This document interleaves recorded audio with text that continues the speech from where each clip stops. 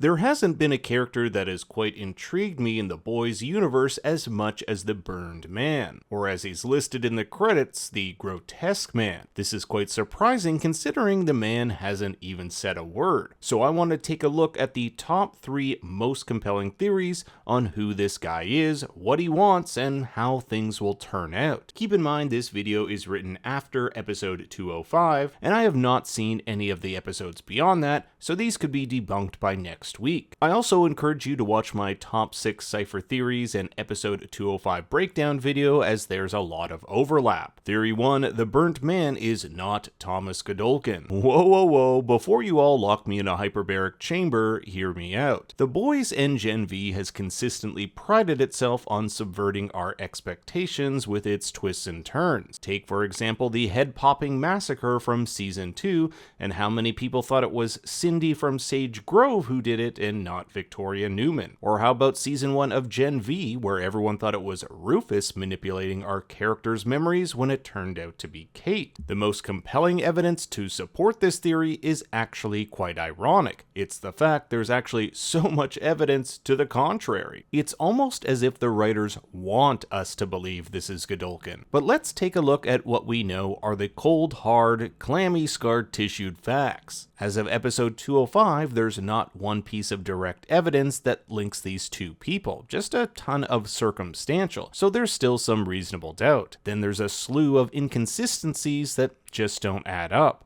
For example, why is he called Grotesque Man and not Burnt Man? Why is he played by a different actor than Thomas Godolkin? We also never saw Thomas Godolkin take any sort of Compound V, and no one has ever mentioned the founder of Godolkin dying in a tragic fire, which you think might come up. Then there's the age probability. If we take Godolkin to be in his mid-30s in 1967, he'd be in his late 80s, early 90s in present day. For a burned man who needs to be fed, bathed, and cared for by another, this is quite a feat to keep up for 58 years. But let's take a look at the opposite theory so you can make your own decision. It's likely Thomas Godolkin was severely burned in that lab fire, which would line up with the Grotesque Man's appearance. Hyperbaric chambers are used in burn recovery. Godolkin started Project Odessa, and now that same project is starting up again as soon as the Burned Man is introduced. There are a lot of Germanic references in the Burned Man's home, from Mozart music, Sister Sage's German beer shirt,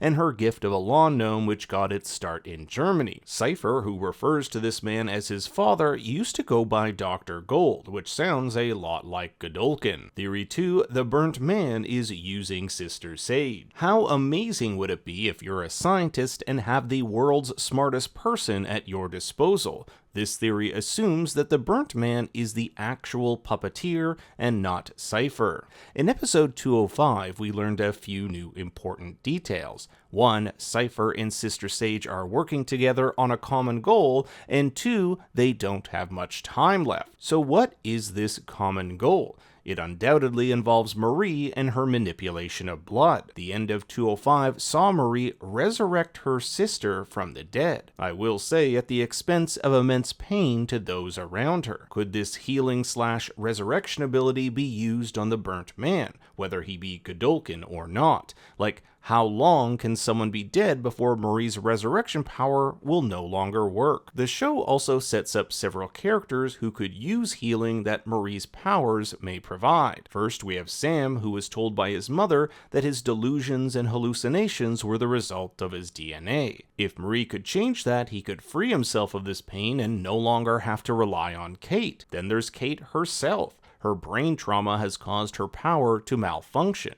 Maybe Marie could help there. And finally, polarity. The micro tears in his brain have been getting progressively worse. Spoiler warning from the trailers for the next 10 seconds. We do see a shot of Marie using her powers on a man who I believe to be polarity, as we'll see these flickering lights. I think she's attempting to fix the tears in his brain. The manipulation of DNA could fundamentally change every soup on Earth. Cypher refers to this as salvation. Both he and Sage want this, but it could be for very different reasons. Cypher may want it to save his father, if that is indeed his dad, or gain immortality. Sister Sage might want it to counter Homelander, or more likely, to rid herself of her powers. We saw in Season 4 how she yearned to be normal, even performing her own lobotomies. There's also a world where the burned man is Thomas Godolkin, who saw that Compound V was being used for evil, and now through his own power does everything he can to reverse it. While making love to Cypher, Sister Sage knows who's in charge, and it isn't Cypher. She leans his head back and covers his face. This isn't about him, it's about pleasing the burned man who she eyes while doing the deed. Jordan also talks a lot about how when she was controlled by Cypher, she sensed he could feel her pain. Is the opposite then true? If the burnt man is controlling Cypher, can he feel his pleasure? Or how about this wild idea? What if the grotesque man is some sort of conduit for all of Cypher's pain? So instead of Cypher getting hurt, it gets transferred to him somehow. That might explain years of scarring, and it would make Cypher the perfect test subject for experiments, knowing he'd never get hurt. Theory 3, flashbacks will reveal the truth of Godolkin. Godolkin, I hope this theory is true. That 1967 flashback not only left us with the fate of Thomas Godolkin up in the air, but it also left many other unanswered questions. I'm assuming that Godolkin is supposed to be Project Odessa's lead scientist, yet we see his colleagues going ahead and trying this compound without his knowledge. It's a huge act of insubordination. The scene also starts with Thomas running toward the lab, like he just found out what was happening from someone else. What happened in the moments leading up to this? Even more curious is what happens after. Not seeing him die on screen opens up a wealth of possibilities. Does he regain consciousness and take some of that compound? We did see more than enough syringes. Is he rescued, or does someone inject him with it to save him? Now here's a wild theory to think about. What if Thomas Godolkin here isn't actually Thomas Godolkin? What I mean by that is, what if someone is controlling Thomas here? Episode 204 introduced the ability to control others. This adds an entirely new dimension to this beginning. We know that this soup puppeteer loses control after feeling too much pain. Maybe that happens here, and the real Godolkin regains consciousness. I also want to quickly mention a bunch of wild cards that could be connected to the burned man. These include Greg and Allie, whose parents paid for the entire Godolkin library. I think one, if not both of them, are working with Cypher, and by extension, Mr. Crispy. Let's not forget Harper's 60-second shapeshifting, which could potentially be used to thwart the burned man's powers.